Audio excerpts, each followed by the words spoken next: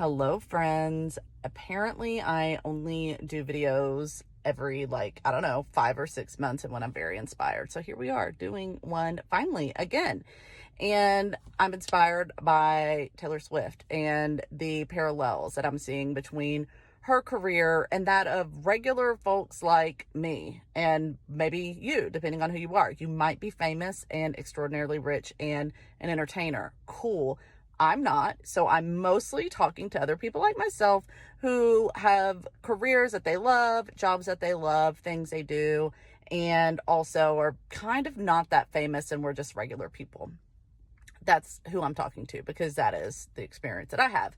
And what I've noticed is it's the same though, because if you look back at Taylor, you see that what she's doing right now is to her this very authentic, hey, I'm finally letting myself be myself. Who cares about the judgment? I can do whatever I want. Dare I say, liberated version of herself.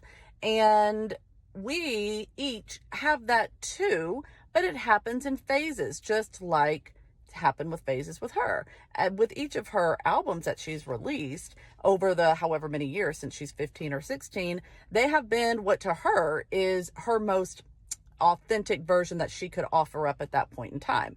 And she'd be proud of it. And she would, do all this work on the album itself and on herself to be able to even produce something new and different from the time before in a new era, if you will.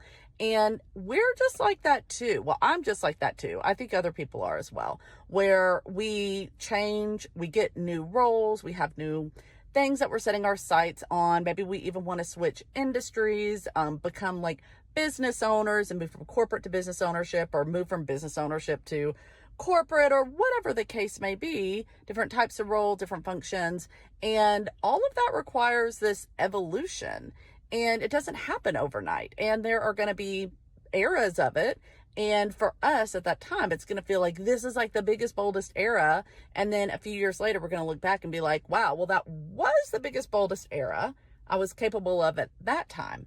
But here I am now looking back being like, wow, that was a stepping stone, a beautiful stepping stone, but no more than a stepping stone to where I am now.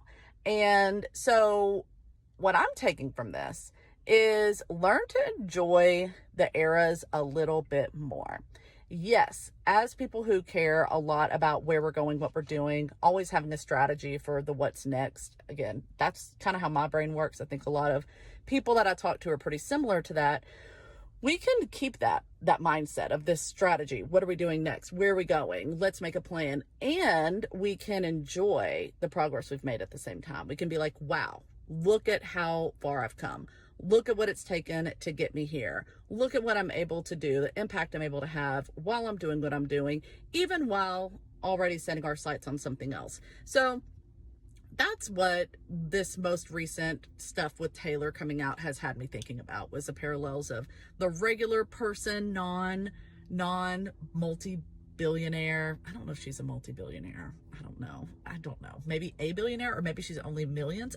I honestly don't know. I'm more deep in her lyrics than her budgets. So personally, but anyways, I think there's a lot that we can draw. So that's it. Okay, bye.